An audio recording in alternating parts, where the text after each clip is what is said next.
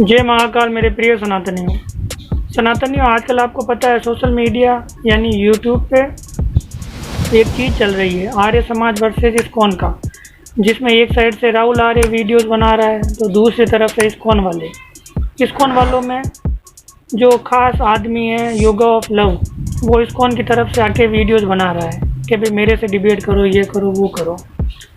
तो ये इनका ये कब तक चलेगा चौचला, ये हमें पता नहीं है, ना ही आपको पता है ना ही मुझे पता है, इनका पता नहीं है कब तक चलेगा।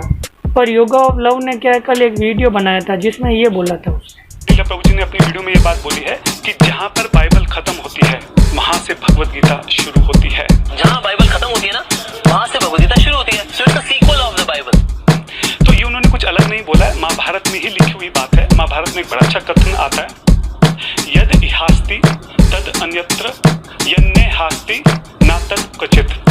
जो महाभारत में है वह संसार के अन्य ग्रंथों में भी मिल जाएगा, किंतु जो महाभारत में नहीं है वह नहीं मिलेगा। तो इसी बात को सरल भाषा में अमोघ लीला प्रभु जी ने कहा है। तो आपने देखा कि उसने बोला कि भाई जो महाभारत में है वो आपको दूसरे ग्रंथों में भी मिल जाएगा, पर अगर जो महाभारत में नहीं है वो कहीं नहीं मिलने वाला। तो मुझे आज तक ये समझ नहीं आया कि ये दोगले मतलब ये चीज़ दिखा भी रहे हैं, ठीक है, और हिंदुओं को बेवकूफ़ कैसे बना रहे वो मैं आपको बता रहा हूँ। अभी इन्होंने महाभारत का ये पार्ट दिखाया तो महाभारत में तो राधा है ही नहीं, और इस्कॉन के लिए तो राधा आपको पता है क्या क्या है। तो फिर ये खुद ही अपने मतलब जो चीज़ें होते हैं ना वो पढ़ते तो कुछ है नहीं। अब महाभारत में राधा है नहीं तो फिर ये राधा को क्यों पूछ रहे हैं? क्योंकि इसने खुद ने कहा कि जो महाभारत के ग्रंथ में है फिर वो आपको दूसरे में भी मिल जाएगा, पर जो महाभारत में नहीं है वो कहीं नहीं मिलने वाला। तो राधा तो महाभारत में नहीं है, तो फिर आप पूछ किस बेस पे रहे हो जब है ही नहीं। तो फिर ये कह रहे हैं कि भाई महाभारत की जो बात कर रहे हैं तो महाभारत में तो शिव जी को सबसे बड़ा ईश्वर बताया गया है।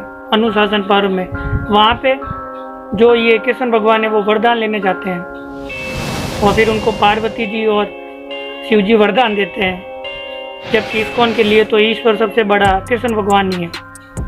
तो ये मतलब क्या चल रहा है? या तो ये खुद भी नहीं पढ़ते या पता नहीं क्या चल रहा है, क्योंकि उसके बाद आता है कि भाई क्या सही है क्या गलत है। पर पहले तो ये जो चीज़ें दिखाते हैं या तो पहले खुद पढ़ लो फिर दिखाओ लोगों को। अब लोगों को भ्रमित क्यों कर रहे हो? चीज़ महाभारत की क्या क्या आप मतलब बाइबल का प्रचार कर रहे हो, जैसा कि उसने वो योगा ऑफ लव ने बताया कि भाई अमोघ लीला ने इसके बेस पे बोला इसीलिए उसने ये श्लोक बताया है।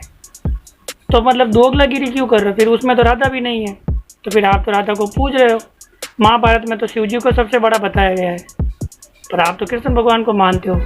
महाभारत में तो वेदों में सामवेद शिव जी को बताया गया है, पर आप तो वेदों में सामवेद गीता के बेस पे मानते हो ना कृष्ण भगवान को, जबकि गीता भी महाभारत का पार्ट ही है और जो अनुशासन पर्व है वो भी महाभारत का पार्ट है। फिर ये महाभारत का लेके कह रहे हैं तो महाभारत में 745 श्लोक है, ये 700 श्लोक वाली गीता बांट रहे हैं। तो ये क्या चल रहा है भाई? वो 45 श्लोक कहाँ गए? तो ये मतलब जैसे कहते हैं ना कि आता जाता कुछ नहीं है, बकर बकर फुल करो। हिंदू क्या पढ़ता तो है नहीं, तो वह मूर्ख बना देंगे। तो बस ये मूर्खों का काम चल रहा है सारा, और हिंदू मूर्ख भी बन रहा है। इन जैसों को तो मतलब बीच चौराहे पे लाके पूछना चाहिए कि भाई चल क्या रहा है, कुछ आता जाता भी है कि बस ऐसे बकर बकर करते हो, तब के जाके इनकी बुद्धियाँ खुलेगी। तो यही बताना था कि ये डिबेटों का तो कब तक चलेगा, पर ये लोग आपको बेवकूफ़ जरूर बना रहे हैं सब।